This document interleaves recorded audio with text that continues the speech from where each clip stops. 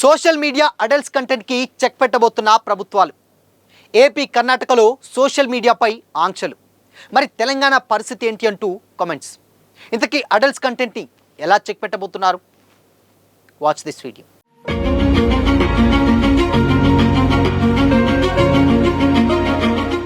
నమస్తే, welcome to Disha TV. Social media వల్ల మంచి కంటే చెడే ఎక్కువ జరుగుతుందనేది కాదనలేని సత్యం. ముఖ్యంగా ఈ మధ్యకాలంలో చిన్నపిల్లలపై సోషల్ మీడియా ప్రభావం పెరిగిపోతుంది. ఇన్స్టా, ఫేస్బుక్, వాట్సాప్, స్నాప్చాట్ అంటూ చదువును పక్కన పెట్టేస్తున్నారు. చదువును పక్కన పెట్టడమే కాకుండా 24 గంటలు ఫోన్లు చూస్తూ వాటికి అడిక్ట్ అయి మెంటల్ హెల్త్ను పాడు చేసుకుంటున్నారు. మరి కొందరైతే ఏకంగా స్కూల్ వయసులోనే సోషల్ మీడియా పరిచయాల వల్ల జీవితాలను నాశనం చేసుకుంటున్నారు. 10th క్లాస్ కూడా పూర్తి కాకుండానే ప్రేమ, పెళ్లి అంటూ ఇంట్లో నుండి పారిపోతున్నారు. అలా ఇంటి నుండి వెళ్ళినటువంటి పిల్లలపై అత్యాచారం జరగడం, టార్చర్ చేయడం లాంటి ఘటనలు కూడా బోలెడు చూస్తూనే ఉన్నాం. ఇలాంటి ఘటనల నేపథ్యంలోనే సోషల్ మీడియాపై ఆంక్షలు విధించాలనేటువంటి డిమాండ్లు చాలా కాలంగా వినిపిస్తున్నాయి. ఈ క్రమంలో లేటెస్ట్గా 2 రాష్ట్రాలు చేసినటువంటి ప్రకటన ఆసక్తికరంగా మారింది. కర్ణాటకలోని 16 ఏళ్ల లోపు పిల్లలకు సోషల్ మీడియాపై బ్యాన్ విధిస్తూ ప్రభుత్వం నిర్ణయం తీసుకుంది. పిల్లలు ఫోన్లను అధికంగా వినియోగించడం వల్ల కలిగేటువంటి ప్రతికూల ప్రభావాలను నివారించడమే తమ లక్ష్యమని సీఎం సిద్ధరామయ్య అసెంబ్లీలో ప్రకటించారు. దీంతో దేశంలో సోషల్ మీడియాపై ఆంక్షలు విధించిన మొదటి రాష్ట్రంగా కర్ణాటక నిలిచింది. ఇక కర్ణాటక అసెంబ్లీలో సోషల్ మీడియాపై ఆంక్షలు విధించినట్టు ప్రకటన చేసిన రోజే ఆంధ్రప్రదేశ్ అసెంబ్లీలోనూ సీఎం చంద్రబాబు కీలక ప్రకటన చేశారు. 13 ఏళ్లలోపు పిల్లలపై సోషల్ మీడియాని నిషేధం విధిస్తామని ప్రకటించారు. 90 రోజుల్లో దీన్ని అమలు చేసేటువంటి దిశగా చర్యలు చేపడతామని చెప్పారు. 13 ఏళ్లలోపు పిల్లలకు బ్యాన్ చేయాలా లేదా 16 ఏళ్లలోపు పిల్లలకు బ్యాన్ చేయాలా అనేటువంటి అంశంపై ఆలోచన చేస్తున్నామని అన్నారు. సోషల్ మీడియా వల్ల నష్టం జరగకూడదు అనేదే తమ ఆలోచనని స్పష్టం చేశారు. అసెంబ్లీలో టీనేజ్ ప్రెగ్నెన్సీలపై ఆందోళన వ్యక్తం చేసినటువంటి మరుసటి రోజే చంద్రబాబు ఇలాంటి ప్రకటన చేయడం ఆశ్చర్యకరం. ఇక ఇదే బాటలో గోవా కూడా ఉంది. చిన్నపిల్లలు సోషల్ మీడియా వాడకంపై ఆంక్షలు విధించేటువంటి అంశంపై పరిశీలిస్తున్నట్టు అక్కడి ప్రభుత్వం ప్రకటించింది. ఇలా వరుస పెట్టి పలు రాష్ట్రాలు పిల్లలపై సోషల్ మీడియా నిషేధం దిశగా అడుగులు వేస్తుండటంతో తెలంగాణలోనూ అలాంటి చర్యలే తీసుకోవాలనేటువంటి డిమాండ్లు సైతం వినిపిస్తున్నాయి. తెలంగాణలోనూ 16 ఏళ్లలోపు వారిపై సోషల్ మీడియా బ్యాన్ చేయాలని ప్రజలు కోరుతున్నారు. ఇటీవల హైదరాబాద్లో స్కూల్ విద్యార్థినిపై అత్యాచారం జరిగింది. 3 యువకులు కలిసి బాలికను తీసుకెళ్లి మద్యం తాగించి అత్యాచారానికి పాల్పడ్డారు. ఈ ఘోరానికి కారణం సోషల్ మీడియానే. ఇది కేవలం ఉదాహరణ మాత్రమే. తవ్వుకుంటూ పోతే ఇలాంటి ఘటనలు అనేకం ఉన్నాయి. కాబట్టి ఇలాంటి నేరాలను అరికట్టాలంటే ఆంక్షలు విధించడమే బెటర్ అనేటువంటి ఆప్షన్ అభిప్రాయాలు కూడా సైతం వ్యక్తమవుతున్నాయి. కర్ణాటక, ఆంధ్రప్రదేశ్ మాదిరిగా తెలంగాణ ప్రభుత్వం కూడా త్వరలోనే నిర్ణయం తీసుకోవాలని డిమాండ్లు వినిపిస్తున్నాయి. అయితే సాధారణంగా 16 ఏళ్లలోపు వాళ్ళే కాకుండా ఆపై వయసు వాళ్ళపైన కూడా సోషల్ మీడియా ప్రభావం ఉంటుంది. అయితే ఆపై వయసు వాళ్లకు కూడా ఆలోచన శక్తి కూడా ఎక్కువగానే ఉంటుంది. ఎవరిని నమ్మాలి, ఎవరిని నమ్మకూడదు, మన లిమిట్స్ ఏంటి అనేటువంటి విషయాలు తెలిసి ఉంటాయి. కానీ చిన్నపిల్లలు అలా కాదు. ఎవరిని నమ్మాలి, ఎవరిని నమ్మకూడదనేటువంటి మెచ్యూరిటీ ఉండదు. సోషల్ మీడియా వల్ల టైంపాస్ అవుతుందనేటువంటి ఆలోచన చేస్తారు. కానీ జరగబోయేటువంటి పరిణామాల గురించి ఆలోచించలేరు.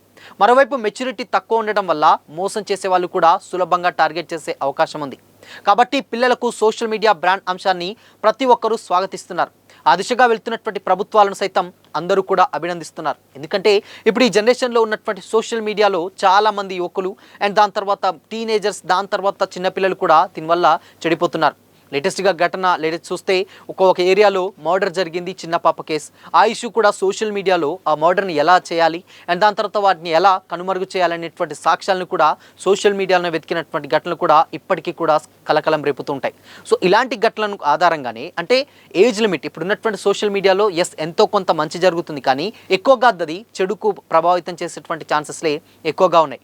అందుకోసమనే మేజర్గా పిల్లలు ఎవరైతే ఉన్నారో వాళ్ళకి, ఎస్పెషల్లీ టీనేజర్స్ ఉంటారో వాళ్ళకు అట్లీస్ట్ 13 ఏళ్లలోపు లేదంటే 16 సంవత్సరాల లోపు వాళ్ళకి సోషల్ మీడియాని కొంచెం దూరంగా ఉంచితే ఆబ్వియస్గా వాళ్ళ దృష్టి చదువు మీదకి వెళ్తుంది. చదువు మీదకి వెళ్తే వాళ్ళ మొత్తం కూడా టెక్నికల్ పరంగా ఇలాంటి ఒక నాలెడ్జబుల్ సంబంధించినటువంటి విద్యను అందించాలి. దానికి తోడు సేమ్ టైం విద్య మీద ఎక్కువగా ఫోకస్ పెట్టేటువంటి ప్రయత్నాలు చేస్తున్నాయి.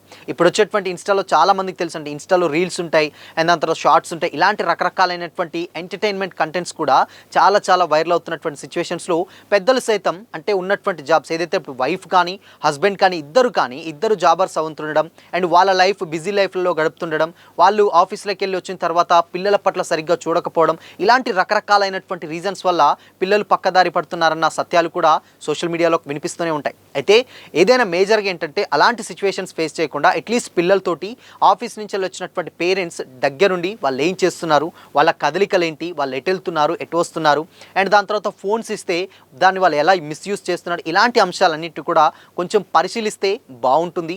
అందుకోసమనే ఇప్పుడు రకరకాలైనటువంటి అవేర్నెస్ క్యాంపులు కూడా పెడుతూ ఉన్నారు చాలామంది అధికారులు. అండ్ ఇన్ఫ్యాక్ట్ ఇంకొక విషయం ఏంటంటే ఇప్పుడున్నటువంటి సిచ్యువేషన్స్లో చాలామంది అంటే ఎవరన్నా ఇంటికి రిలేటివ్స్ కానీ మిగతా ఇంకెవరికైనా వస్తే వాళ్ళు వచ్చినప్పుడు ఇన్ కేస్ పిల్లలు డిస్టర్బ్ చేయకుండా ఉండడానికి వాళ్ళకు ఒక ఫోన్ ఇచ్చి వాళ్ళని ఇన్స్టా కానీ లేకపోతే ఫేస్బుక్ ఇలాంటి ఒక social media apps, entertainment apps ఇచ్చి దాన్ని వాళ్ళు మీరు వెళ్ళి ఆడుకోండి అంటే కంప్లీట్గా దాంట్లో నిమగ్నం అవుతున్నారు. అంటే చిన్న ఏజ్ నుంచి వెళ్ళి దానివల్ల ఇన్ కేస్ పక్కదారి పట్టడమే కాకుండా దానివల్ల అంటే ఎక్కువ రేడియేషన్ ఉండడం, దాని తర్వాత కళ్ళు అండ్ చిన్నప్పటి నుంచి సైట్ లాంటి రకరకాల తలనొప్పి ఇలాంటి ఎక్కువగా రేడియేషన్ని చూడడం వల్ల ఆ టెక్నాలజీ అనేది ఇబ్బందికి గురి చేసి వాళ్ళ హెల్త్ల మీద కూడా ఎక్కువగా ఇంపాక్ట్ చేయించేటువంటి సిచ్యువేషన్స్ కూడా కనిపిస్తానున్నాయి అండ్ చూస్తున్నాను. అందుకోసమనే సోషల్ మీడియా వాడేటువంటి ప్రతి ఒక్కరు కూడా కొంచెం ఏజ్ లిమిట్ పెడితే బాగుంటుంది అన్నటువంటి ఉద్దేశంతో ప్రభుత్వాలు అయితే చూస్తూ ఉన్నాయి. సో చూడాలి మరి ఇన్ కేస్ దీన్ని ముందుకు తీసుకెళ్లేటువంటి విధంగా కర్ణాటక ప్రభుత్వం ఒక నిర్ణయం తీసుకుంది. అదేవిధంగా ఇక ఆంధ్రప్రదేశ్ కూడా అలాంటి ఒక నిర్ణయమే తీసుకుంది. ఇప్పుడు దాని తర్వాత తెలంగాణలోనూ ఇలాంటి ఒక నిర్ణయాన్ని అమలు చేస్తే బాగుంటుంది అన్నటువంటి ఉద్దేశం కూడా చాలా వరకు కనిపిస్తున్నాయి. కానీ ఇప్పుడున్నటువంటి టెక్నాలజీ మొత్తం చదువులు అవన్నీ కూడా అండ్ దీంట్లో ఫోన్లలో అండ్ దాని తర్వాత సాఫ్ట్ కాపీస్లలో ఎక్కువగా ఇలాంటి ధోరణికి ఎక్కువగా పాల్పడుతున్నటువంటి సిచ్యువేషన్స్ ఉన్నాయి. అందుకోసమనే కొంచెం అట్లీస్ట్ లేదన్నా కానీ వీటి వాడుతున్నటువంటి ఏదైతే ఇప్పుడు వాళ్ళు ఫోన్స్ వాడుతున్నారు దాన్ని కొంచెం లిమిటెడ్గా అండ్ యూజెస్గా పేరెంట్స్ త్రూ అలా వాడిచ్చేటట్టు ఉండాలి. కానీ మొత్తం కంప్లీట్గా పిల్లలకు ఫోన్ అప్పచెప్తే దాన్ని రకరకాలుగా మిస్యూజ్ చేస్తున్నారు. అండ్ ఇప్పటికీ సైబర్ నేరగాళ్ళు అండ్ దాని తర్వాత సైబర్ మోసాలు కూడా రకరకాలుగా పెరిగిపోతున్నాయి. ఇన్ఫ్యాక్ట్ ఏదైనా గూగుల్ లింక్ ఏదైనా పంపించి మీకు ఈ వస్తువు ఫ్రీ వస్తుంది అండ్ దాని తర్వాత ఇలా వస్తున్నాయి అని చెప్తే దాన్ని క్లిక్ చేయడం అండ్ దాని మీద అవగాహన లేకపోవడం, ఫ్రీగా వస్తుందన్నతోటి సరిగ్గా తెలిసి తెలియని ఎక్కువగా ఇలాంటి సిచ్యువేషన్స్, దాని తర్వాత బ్యాంకులలో ఉండేటువంటి డబ్బును మొత్తం సైబర్ నేరగాళ్ళు ఖాళీ చేయడం అండ్ దాని తర్వాత ఫొటోస్ కూడా ఏదైతే ఇప్పుడు ఫోన్లో ఫొటోస్ ఉంటాయో కంప్లీట్గా వాళ్ళని ఏంటంటే ఇన్ కేస్ మార్ఫింగ్ చేసి వాళ్ళు ఏదన్నా ఇలాంటి సైబర్ నేలకు పాల్పడి డబ్బులు ఇవ్వకపోతే ఫొటోస్ని వైరల్ చేస్తామంటూ ఇలాంటి రకరకాలైనటువంటి కేసెస్ కూడా సోషల్ మీడియాలో మనం అప్పటికప్పుడు న్యూస్లలో చూస్తూనే ఉంటాం. ఇలాంటి అన్నీ జరుగుతున్నటువంటి టైంలోనే అందుకోసమనే మేజర్గా వీటిని కొంచెం కట్టడి చేయాలంటే ఏజ్ లిమిట్ అనేది కంపల్సరీ తక్కువ పెడితే వాళ్ళు కూడా కొంచెం స్టడీ మీద ఫోకస్ పెడతారు. దాని తర్వాత వీటన్నిటిని కూడా కొంచెం ఈ ఇబ్బందిగా కలగకుండా పేరెంట్స్ కూడా ఎలాంటి ఇబ్బంది కలగకుండా కూడా చేసిన వాళ్ళు అవుతాం. ఇది కూడా ప్రభుత్వాలే చేయాలని కూడా అంటున్నారు. సో మరి ప్రభుత్వాలు దీన్ని ఎలా స్టెప్ తీసుకుంటాయి, దీనికి ఉన్నటువంటి ఆలోచన అంటే డెఫినెట్గా ఎవరికైనా ఇంట్లో ఉన్నటువంటి పిల్లలకు కామన్గా ఫోన్ వెళ్తూ ఉంటుంది. కానీ మరి పెద్దవాళ్ళ నుంచి పిల్లలకి తీయాలంటే రకరకాలైనటువంటి ఆంక్షలు ఇవన్నీ ఉంటాయి. వీటన్నిటిని కూడా చర్చించి ఒక నిర్ణయం తీసుకుంటామని కూడా రాష్ట్ర ప్రభుత్వాలు అయితే చెప్తున్నాయి. త్వరలో తెలంగాణలో కూడా ఇలాంటి ఒక డిమాండ్ వస్తే బాగుంటుందన్న కామెంట్స్ కూడా వినిపిస్తున్నాయి. సో మరి ఈ సోషల్ మీడియా ఇన్సిడెంట్స్పై మీ ఒపీనియన్ ఏంటి? కామెంట్ చేసి చెప్పండి.